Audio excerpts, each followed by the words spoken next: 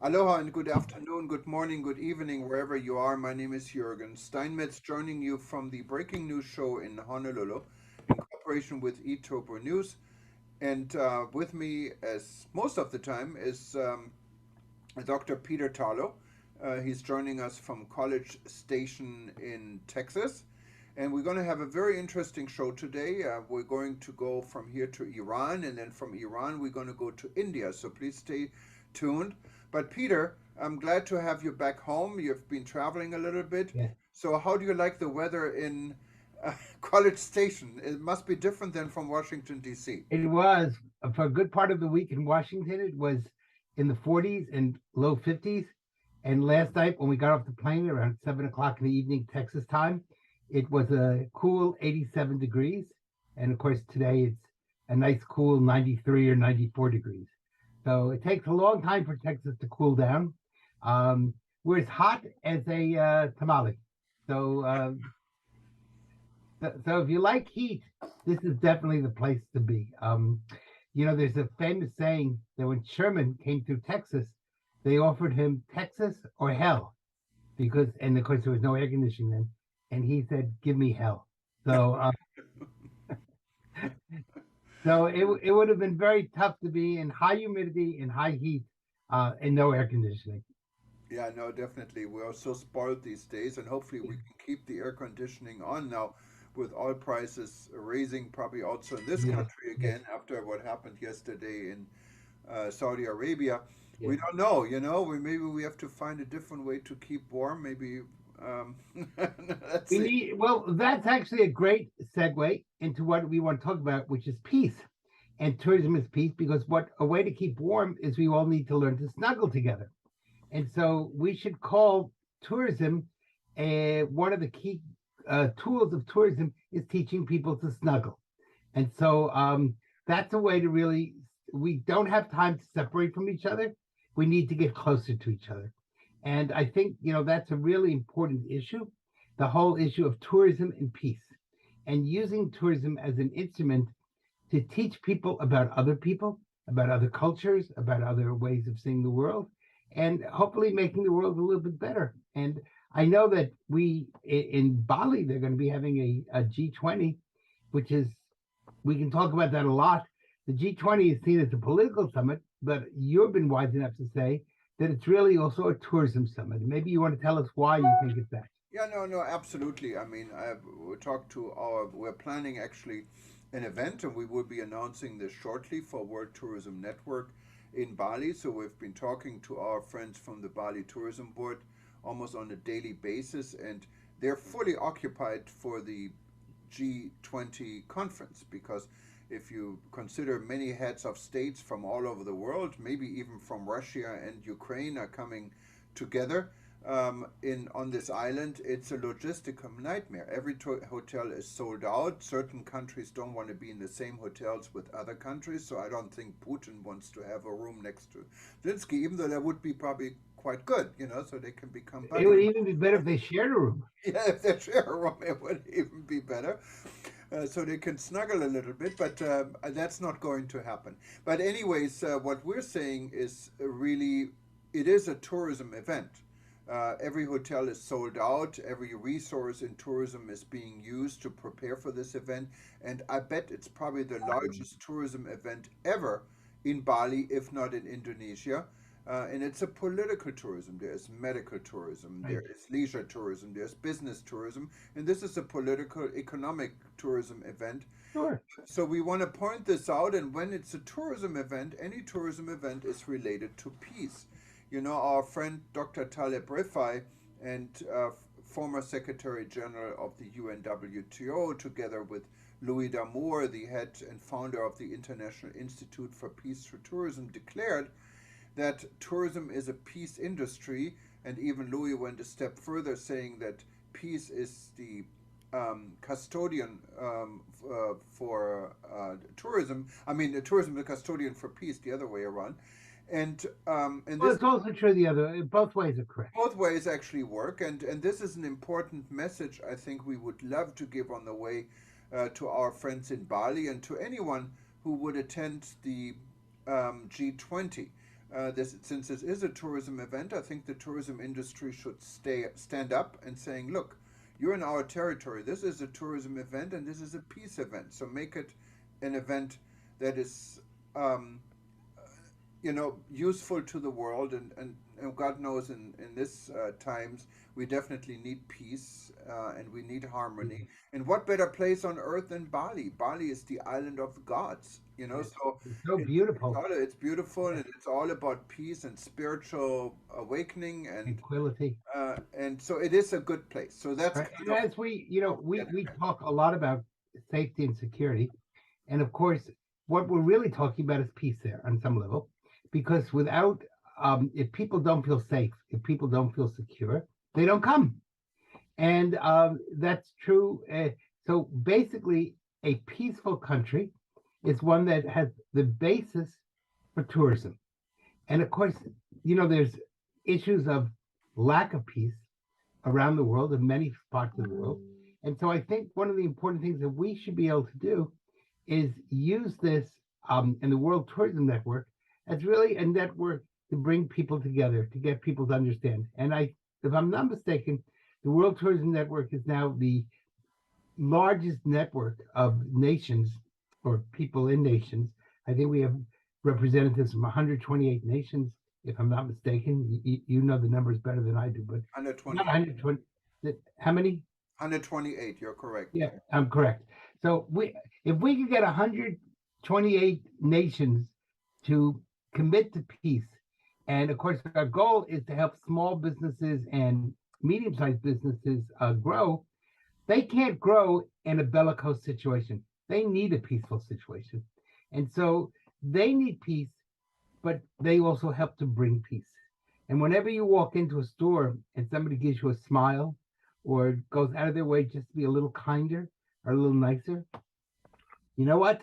That brings the world one step closer to a sense of peace. So I think the World Tourism Network is a major one of our major goals should be to create a peaceful, non-bellicose world.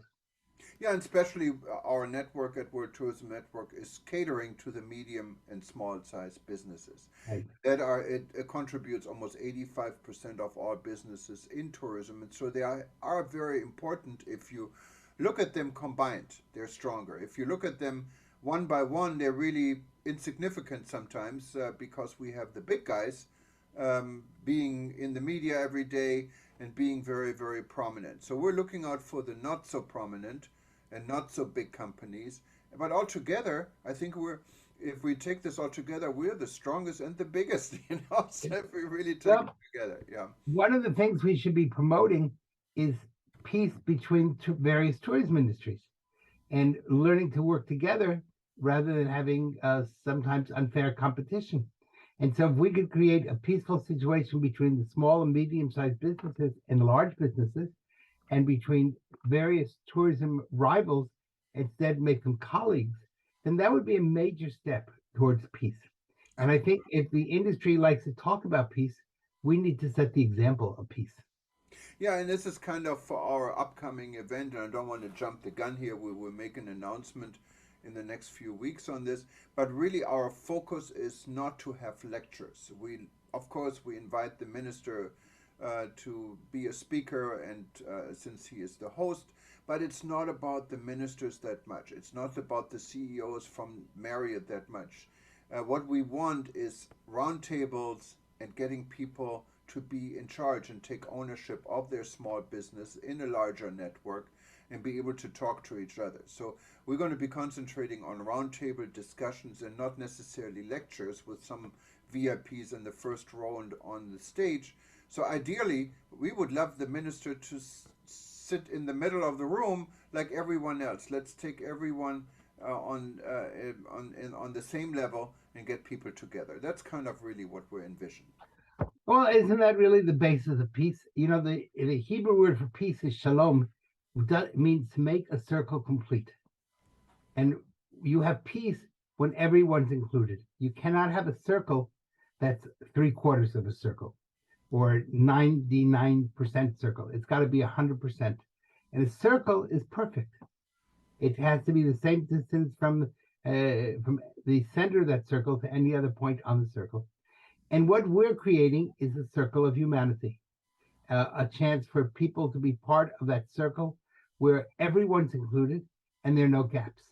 And if we can create a world in which there's openness and which everyone is included and where the rough spots are smoothed out, then we have a perfect circle, and that's really peace. And Peter, you're so right, and I think this is a good conclusion of our first part there. We have so Yeah. many things going on in the travel and tourism industry, and unfortunately, many are not that Yes. peaceful. Well, some of the stuff we're going to be discussing, I think is really important because you and I are talking about peace, but you're going to show now some clips that are places that are not so peaceful. And one of the things that we hope that the World Tourism Network will be able to do is it doesn't matter in what part of the world you're in. Um, is certainly the eastern part of the Middle East and the subcontinent have had lots of issues and lots of problems, not only between countries, but also just between peoples. And if we can, help to unite people a little bit, and you're going to give some examples of why it's so important to unite people, then, then this conference in this tourism mode, which we're trying to expound upon, will really do the world a lot of good. Yeah, and what we're doing now, I'm sorry, what we're doing now is if you stay tuned, let me explain this a little bit and what is upcoming. We're going to just share some sound bites from a lady we know who she is.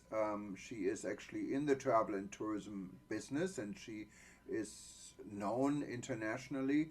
And she's from Iran, and she's sitting literally by her window in Tehran, and she's giving us some sound clips from people protesting what has been going on now in Iran for many weeks, for 3 weeks, I believe. And we also hear, if you listen to it carefully, not even that carefully, you hear gunshots. Yes. And these are people who are the police is shutting up and killing for saying what they want to say. And as you know, Iran is cutting off communication to the West. So this is it was a challenge to get this information to our contact. And we, of course, we're not going to mention her name and who she is, but she's a very brave woman, and people are brave, and people respect freedom, and people know how important a free society is, and that shows it again. And she's a tourism lady. She has worked And in. again, without freedom, you don't have much tourism. We need the freedom to be able to go from one place to another and be able to not fear for our lives. And yesterday, I took an Uber with a man who was an Afghan translator. And when the U.S. pulled out, and how his family was the last people to get on a military plane out of Afghanistan, and you could see the shrapnel in his arms and the wounds that had taken place. And again, the world, we forget that it's only been a year, not even a year, that the U.S. withdrew from Afghanistan, leaving hundreds of people, thousands of people abandoned in Afghanistan, including people who work with us. And so peace also comes with responsibility and comes with the fact that if you can't travel, then without peace, you cannot travel. Yeah, we're working on a story you can read in eTurbo News in the next few days, probably, about a gentleman we interviewed who was in charge of Afghanistan tourism when it was still before the latest Yeah. takeover. He's currently in exile in Pakistan, and he has been talking to us how much he loves Afghanistan, about the huge potential the tourism Yes. industry had, and how this is now in wishful thinking more or less, and he's making some suggestion how to relaunch this in Afghanistan under the current leadership. What I really don't think will Yeah. happen, but I, it's I going to be think an interesting interview. I think the story that I was invited to go to Afghanistan um, about 8, 9 years ago, and the tourism minister was going to work with me to create a tourism security plan for Afghanistan. And just before I left for Afghanistan, he got blown up. And I said, well, we're not quite ready yet for tourism security. No, and I'm glad Um, you didn't go. We don't want you to blow up. yeah. So, No, although I didn't go, I stayed in the United States. But it was really, I mean, it really was such a poignant statement that the Minister of Tourism got blown up as he was trying to create a peaceful situation in Afghanistan. So we have lots of work to do. And that's really the bottom line. We have a yeah. lot of work to do if we're going to try to make the world even one iota better than where it is today. Yeah, thank you, Peter, and please, everyone else, stay tuned. You're going to hear Yes. some sound bites we um, told you about from Iran. We're going to probably leave them without comments. You can come to your own conclusion. And after this, we're going to Delhi, and we're talking to Vivek from Zapier. Zapier is a system we're also using here at eTurbo News and many others. And you probably know when you go to a website like eTurbo News, you get asked if you wanted to get updates. And these are not email updates. These are just updates that pop up on your browser. They're actually connected to the browser. And we have the expert who can explain to us how this works, what data is actually shared, and how this computer knows that eTurbo News or whoever you subscribe to is just posted something, and how this pops up on your computer, and also how you can stop it once you subscribe. So that's going Very to be important. after this, and so hopefully you enjoy the rest of our show. And All for right. Peter, I Well, hope you enjoy your weekend. And and as we're talking about peace, and it's almost Friday afternoon here in Texas, I'm going to wish you Shabbat Shalom. I hope you have a weekend of peace. yes, and if you wanted to listen to any of our segments again, this will be repeated within the next 24 hours on the same screen here at eTurbo News, or just click on play and you will get a repeat session. Or, of course, you can always go to our YouTube channel and find any channel, or you better off, you can go to our breakingnewsshow.com, our new website, where you find all the breaking news shows we've done with Peter over the last few weeks. All right. Well, have a peaceful Sabbath. Bye Yeah, bye. and please stay tuned. Bye Listen bye. to Iran. Hi, Bukachats. As you hear from my window, cars, voices, people are shouting, and cars, voices like I don't know what the voice of cars is, a voice of cars called, but people all are trying to let everyone know about their voice by any means. That everyone is angry with the situation. So I am sitting by window. I'm looking at outside, and I see that how everything is complicated. But we are looking forward for good days. We we are we need good days. Can you hear that? It is the situation here.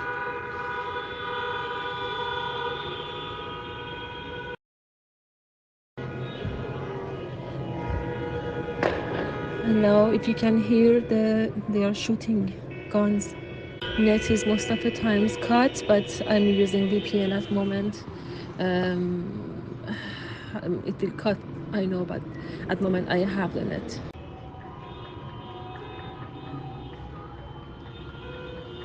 Can you hear people from their cars clapping, shouting? I guess you can hear them. This is the situation in my city. And from time to time, gunshots, shooting on people with paintball colored things to then find them, track them, and or even a straight shot to kill. Aloha and good afternoon, good morning, good evening, depending where you are. My name is Jürgen Steinmetz, joining you from the Breaking News Show in Honolulu, Hawaii. And we're back after going from Honolulu to Texas to Iran, and now we're not that far away from Iran. We're going to be in Delhi, India. And Delhi, of course, is known for one of the high-tech cities in the world. I've been to Delhi before. I attended a wedding many, many years ago And I have to say, you guys must be the richest people in the world. I don't know how much you can afford to spend for weddings, but I had a great time. And I wanted to welcome Vivek. He's from Delhi, and he will tell us more about Delhi. And we're going to talk a little bit about what he's doing because we're actually one of his clients also. Vivek, welcome. How are you? I'm good, Jürgen. Thank you so much for having me on the show. Yes. So tell us, how's everything in Delhi? I know you have some problems sometimes with air quality, but it's a great city. Yes. But Yeah. you can breathe, right? So everything is okay. Yes, we can breathe. This, in fact, is the most pleasant time of the year, right? Just between monsoon and the winter starting. This is when temperatures were around 24, 26, 27. It's pleasant mostly throughout the day. Light breeze. It's the arrival of winters that we all wait for right now, and Oh, the air starts becoming chilly as we go into November, right? And again, winters in India are not as intense, as compared to what you would see in Europe or Canada or London, right? But it does get a bit chilly, and as you said rightly, there is pollution is a big concern. Yeah. But again, right, we do what we do. Right? We all manage to get hold of air fresheners, air cleaners, air filter, air filters, and try to survive. Yeah. no, and that's it's wonderful. So I'm seeing you breathing your own air. You don't have an oxygen tank behind us. No, I'm just kidding. It's really not that bad. It's a wonderful city, actually. I know what's the difference. I was always wondering. I know when I attended the wedding, it was in New Delhi, but there's also Delhi. I was always wondering what the difference is. I know it's the capital city of India, obviously, so it's the Yeah. most important town in India. But what's the difference between Delhi and New Delhi? Okay. Uh, it's actually a great question. So Delhi is a state in India, right? Just like the way you have Hessen or Tirol in Germany, right? Delhi is also a state, right? Just that it also happens to be a city state, right? So it doesn't have a lot of cities in itself. It's just the capital city. So the capital city is called New Delhi, right? And the state is called Delhi. Right? That's Oh, the only okay. difference, right? Delhi itself now has sort of expanded over the years. It's now, I think, some 50, 60 kilometers in radius, right? Both sides. And then there is a national capital region, right, called NCR, right, where a lot of neighboring cities and towns have started merging into the capital city, right? It's a bit of a mess, but I guess that's what happens when you're a big city. People start coming to the city for more work, more employment, right? It's just a natural part of development. Yeah. Oh, okay, okay. So that makes a lot of sense. It's like in our capital here in the U.S., Washington, it's D.C. It's like a Yeah. city state, or in Germany, Hamburg. There's a state of Hamburg and there's a city of Yeah. Hamburg. But it's really the same. I Yeah. understand this now. Now, Vivek, the reason we're talking to you and what I know you about is about your company that is involved in a feature we've been using at eTopo News for many years. And it's one of the most prominent features I have, and I don't want to go without it. So, anyone who's reading us, you may have noticed sometimes when we publish a new article, something will pop up on your computer and it would alert you there's a new article. So, how does it work and how are you involved in this? Perfect. Thank you so much for asking that. Uh, the product is called Izuto, right? That's the product that currently publishers, entrepreneurs like you use right now on their website to broadcast important messages, important news, important stories to their audience using push notifications. Right? We've been running this company with this product for now over 6.5 years, and we now serve over thousand thousand publisher brands across the globe, including eTurbo News. Right? And the way this works is very simple, very straightforward, right? Publishers want to directly reach their audience, right? Publishers don't like to depend on Google News or Facebook or Twitter to reach to their audience, right? And we essentially help you build a direct channel of communication with your audience using web push notifications, using notifications from Messenger, email, and so on and so forth, right? The idea is very simple. How can we help you establish a direct channel of communication with your audience? Right? And when that happens, you get more repeat traffic, you get more page views on a website, and hopefully you get more revenue on the website as well. Yeah. And when you get these, like in our case, I know when we publish a new article, and we do it for one specific category, so not every article, but most articles, it makes sense. And you're subscribed to this pop-up, you will see it on your computer. So I understand in order to get it, you have to agree to get it. You have to subscribe. It's not something what automatically we force on people. Is that correct? Yes, absolutely correct. As a reader of the website of your brand, I would have to give explicit permission, right, and opt in for it. The good part is I don't have to give you my email ID or my name or my mobile number. It's just a very simple click of a button permission, which allows your website to send me notifications directly to my device. So I'm not really parting away with any personal information about myself or my or my work or my belongings, right? I'm just giving you permission to send me notifications. And as you rightly said, these notifications are delivered even when the user is not on the website, right? So the user could be, scrolling through Instagram, right? And they would get an alert article, an alert about article that you just published on the website. And then, I mean, I'm wondering, I hope it will never, ever happen at eTurbo News. I'm kidding. But let's say you don't want these notifications anymore. Sure. Can you opt out of it? Absolutely, yes. As a user, you have 100% control on what you want and what you don't want. You can simply go ahead and block them, right? You can simply go ahead and disable them, right? It just takes one click to get rid of them, right? Very straightforward, right? And again, unlike email IDs, so for example, let's say, hypothetically speaking, you have my email ID, and for some wacky reason, my email ID gets leaked out, right? So anybody who has access to my email ID can send me emails, right? That's not the case with web push notifications, right? Only the provider that you are working with can send those notifications on your behalf. Right? So basically, it's triggered by your IP address, or how would the system know to inform you?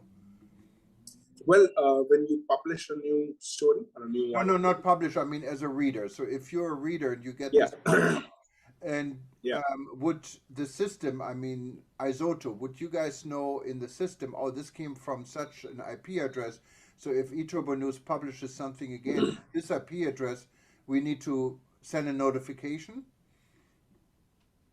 So, again, great question. It's not an IP address, but when a user gives permission to receive notifications, right, what ends up happening is a browser token is generated and stored locally on the browser, right?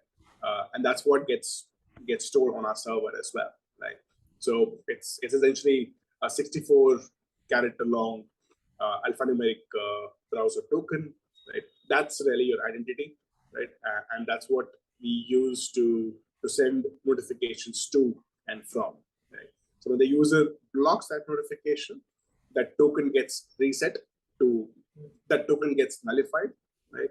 And whenever the user accepts notification, that token gets generated, right, and is sent to us. And that's what we use to communicate with a device and a browser, right? We would not know if it's Jürgen or if it's Vivek or if it's somebody else, right? Or we would know it's this token came from this device, which is a laptop or a mobile, and that's pretty much it. Yeah. So is it now if you access your computer and you have certain privacy settings, like you go to a private window, for example, Yeah.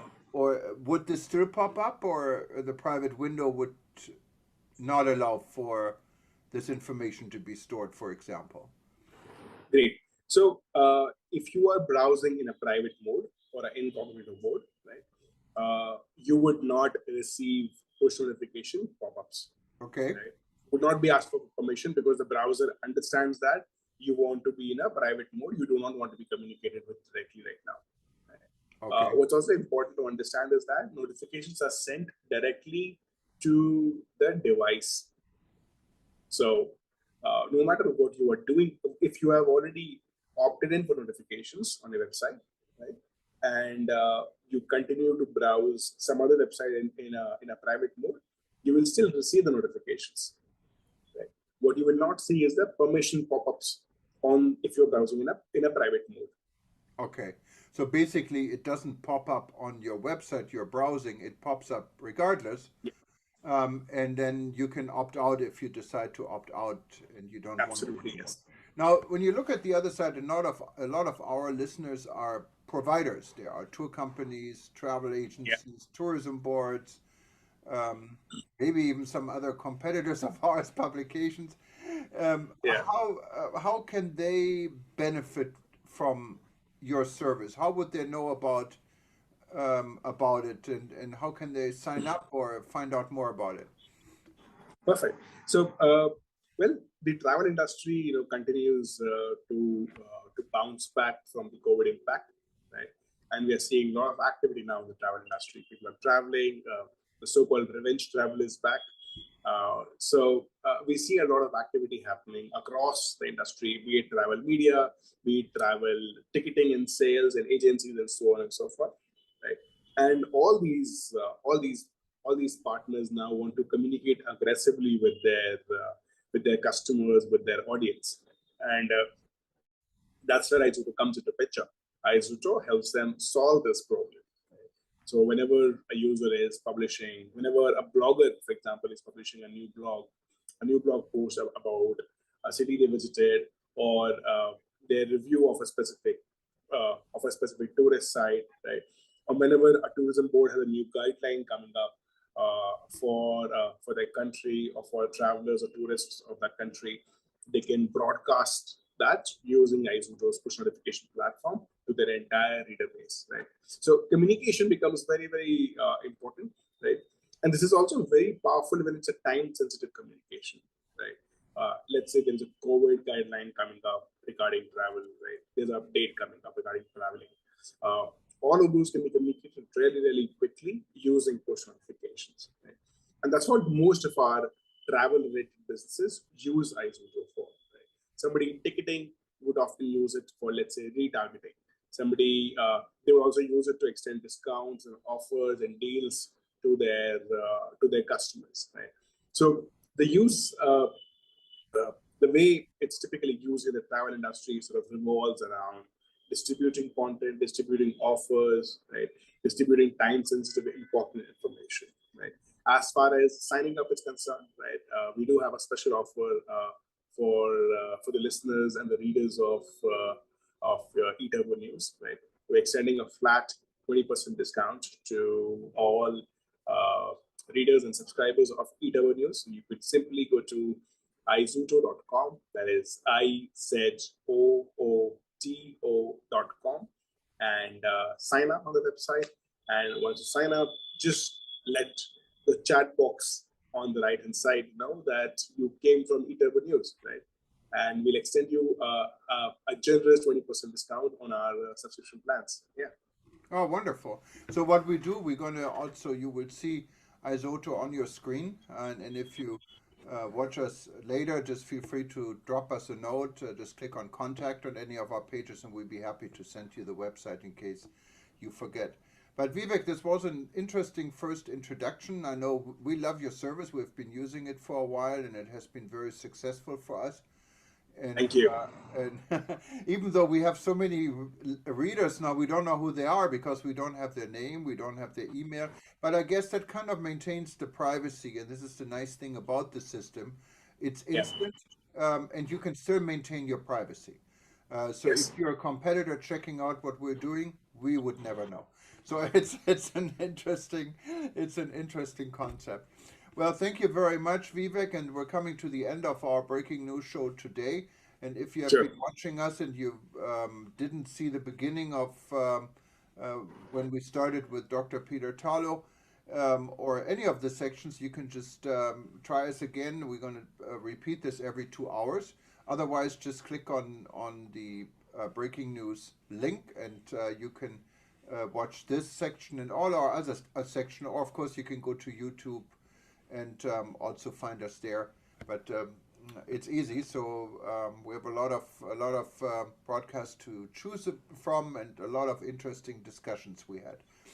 Well, for everyone watching us here, we wish you a nice evening, morning, night, whatever time it is. And in Hawaii, we say aloha. What do you say in India, Vivek? We say goodbye in English. Goodbye. And we say Okay, that's Fir easy. milenge. We say Fir milenge in Hindi. Yes. Okay, and actually, if you wanted to read us in Hindi, you can do this. Just click on the language tab at eTurbo News, scroll down, and you find Hindi. And actually, Vivek, let me know how it sounds, because I don't speak Hindi. I speak German, and I tested it, and I was surprised it was pretty good. But let me know, Hindi is actually one of our most popular languages, so it would be great to get your feedback. All right. For sure. All right. Okay. Okay. You take care, and everyone else, thanks for listening, and we see you again Thank you. soon. Bye-bye.